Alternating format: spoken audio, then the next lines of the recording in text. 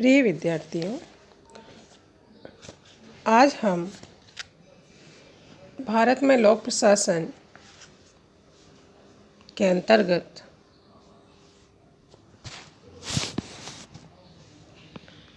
भारतीय प्रशासन पर ब्रिटिश प्रभाव या ब्रिटिश विरासतों का अध्ययन करेंगे। यह टॉपिक एमए प्रीवियस के कंपलसरी सेकंड पेपर में है और बीए पार्ट 1 के सेकंड पेपर में भी यह टॉपिक है।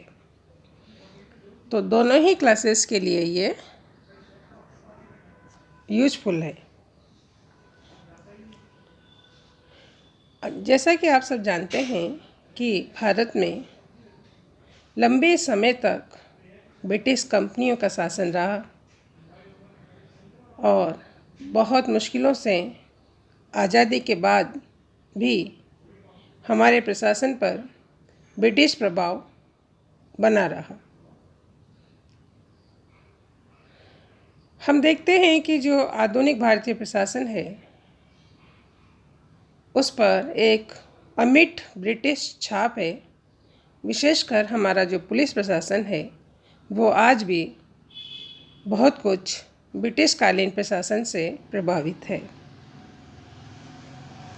1947 में सत्ता हस्तांतरण के साथ ही अंग्रेज भारत का शासन छोड़कर चले गए, किंतु प्रशासन का जो विशाल शासन तंत्र था वह आज भी लगभग वैसा ही बना हुआ है। आज की जो हमारी प्रशासनिक व्यवस्था है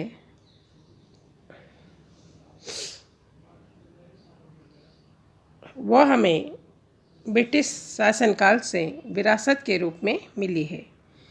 तो ब्रिटिश विरासतें कौन कौन सी हैं जो हमने अपनाई हैं उनका विवरण स्क्रीन पे दिया गया है और उनका थोड़ा संक्षिप्त परिचय मैं आप लोगों को दे रही हूँ। जैसे कि सरकार की प्रतिष्ठा। ब्रिटिश काल में हमने देखा था कि सरकार को लोग माँ बाप की तरह मानते थे। सरकार मीन्स माँ बाप। और शक्तिशाली सरकार की प्रतिष्ठा थी, शक्तिशाली केंद्र था। स्वतंत्रता के पश्चात भी हमने एक शक्तिशाली केंद्र की ही स्थापना की है, क्योंकि हमें सरकार की प्रतिष्ठा को बनाए रखना था और शक्तिशाली केंद्र की स्थापना के लिए भी सबकी सर्वसम्मति थी। स्वतंत्रता के पश्चात हमने संसदात्मक शासन और संघात्मक शासन व्यवस्था को ब्रिटिश विरासत से लिया है। जिस संसदीय लोकतंत्र पर भारत के नए संविधान की शासन व्यवस्था आधारित है वह हमने ब्रिटेन से प्राप्त की है। इसी प्रकार जो संघात्मक शासन व्यवस्था हमने अपनाई है वो 1935 के भारत शासन अधिनियम में प्रस्तावित संघीय ढांचे की एक फोटोकॉपी है और इस अधिनियम का निर्माण ब्रिटिश शासनकाल में ही हुआ था। जिला प्रशासन केंद्रीय इकाई। ब्रिटिश प्रशासन में जिला प्रशासन की जिले को ब्रिटिश प्रशासन में एक केंद्रीय इकाई के रूप में माना जाता था।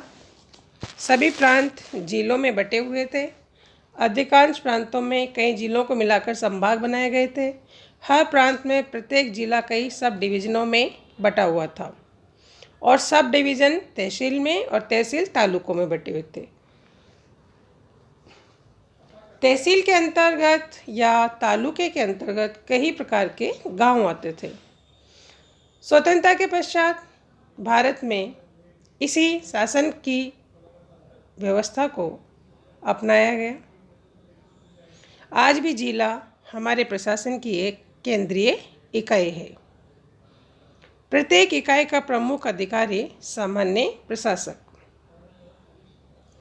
ब्रिटिश प्रशासन के अंतर्गत प्रशासन की हर इकाई में एक ऐसा अधिकारी होता था जिसके ऊपर पूरी जिम्मेदारी होती थी। जैसे कि संभाग में संभागीय आयुक्त, जिले में कलेक्टर या डिप्टी कमिश्नर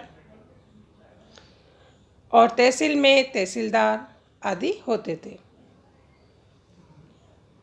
जिले के मुख्य अधिकारी के साथ ही जिले का पुलिस कमांडेंट, चीफ इंजीनियर जैसे विशेषज्ञ अधिकारी भी जिले में होते थे।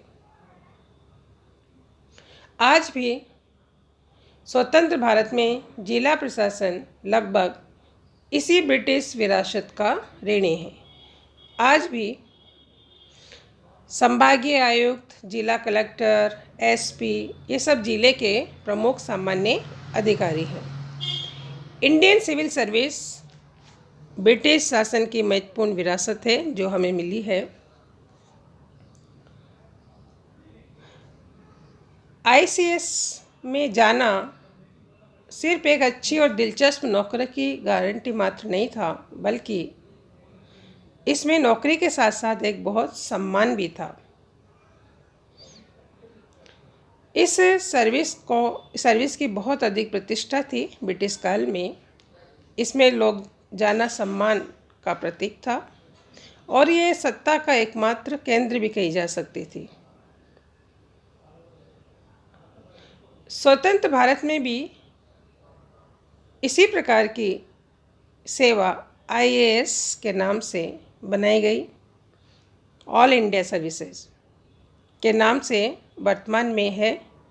और आईएएस सेवाएं हमारी भारत की सर्वोच्च सेवा है और इस सेवा में जाना आज सबके लिए गौरव की बात है, सम्मान की बात है। अखिल भारतीय सेवाओं की अवधारणा।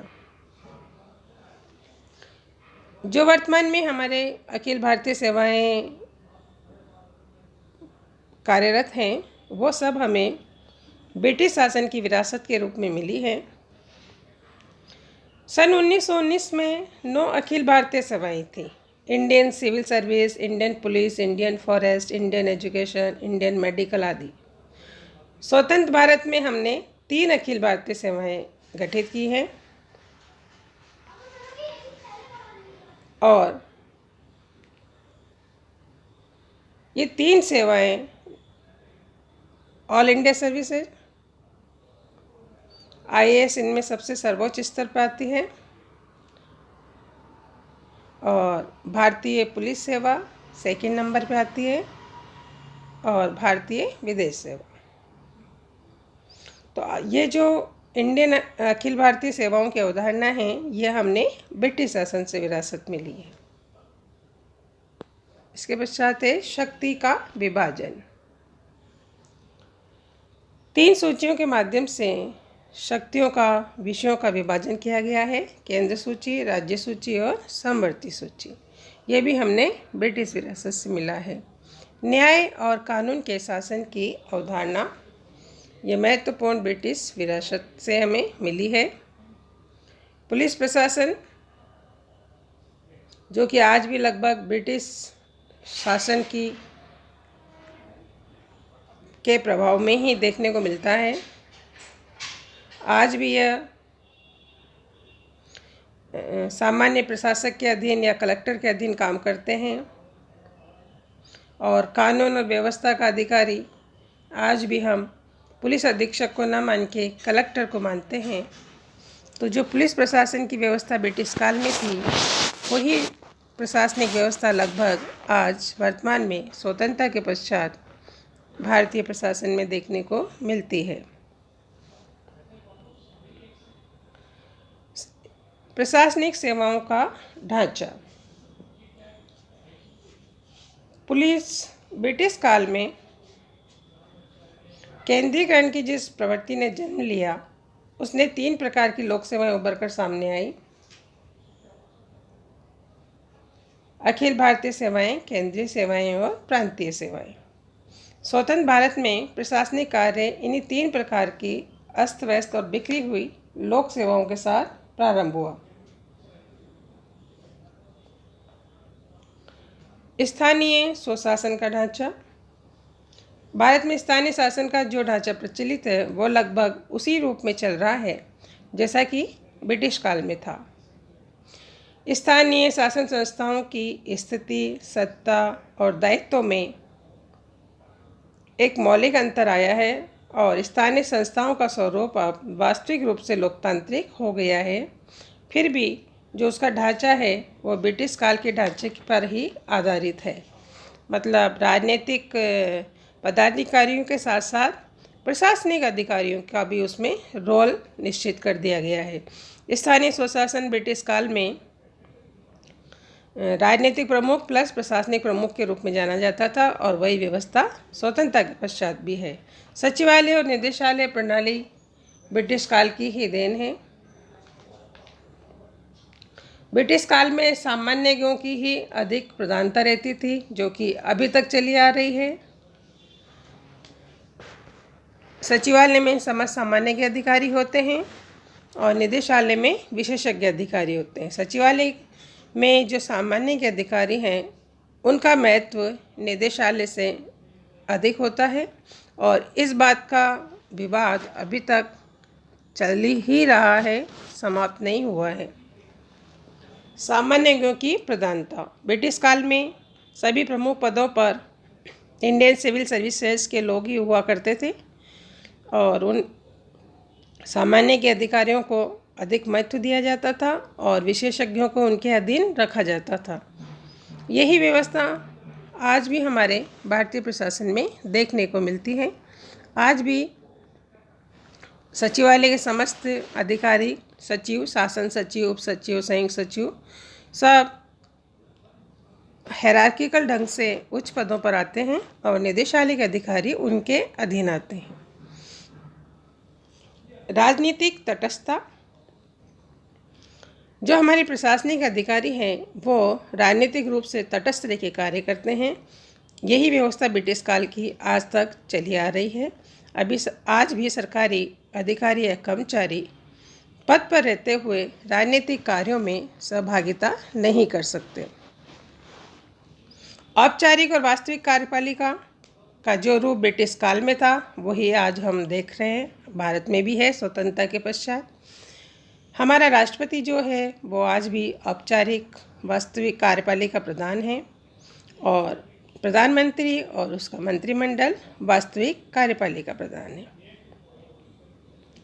वर्तमान भारतीय प्रशासन का जो स्वरूप हम आज देखते हैं यह हमारे सामने है, वह एक लंबी यात्रा का परिणाम है और उस पर ब्रिटिश प्रशासन का एक गहरा असर देखने को मिलता है या उसकी एक स्पष्ट गहरी छाप है। कुल मिलाकर हम ये कह सकते हैं कि भारत में बहुत कुछ ब्रिटिश नमूने के शासन पद्धति को अपनी परिस्थितियों और आवश्यकताओं के अनुरूप ढालकर स्वीकार किया गया है और ये अभी स्वतंत्रता के इतने साल के बाद भी मामूली परिवर्तनों के साथ यही व्यवस्था चलती आ रही है।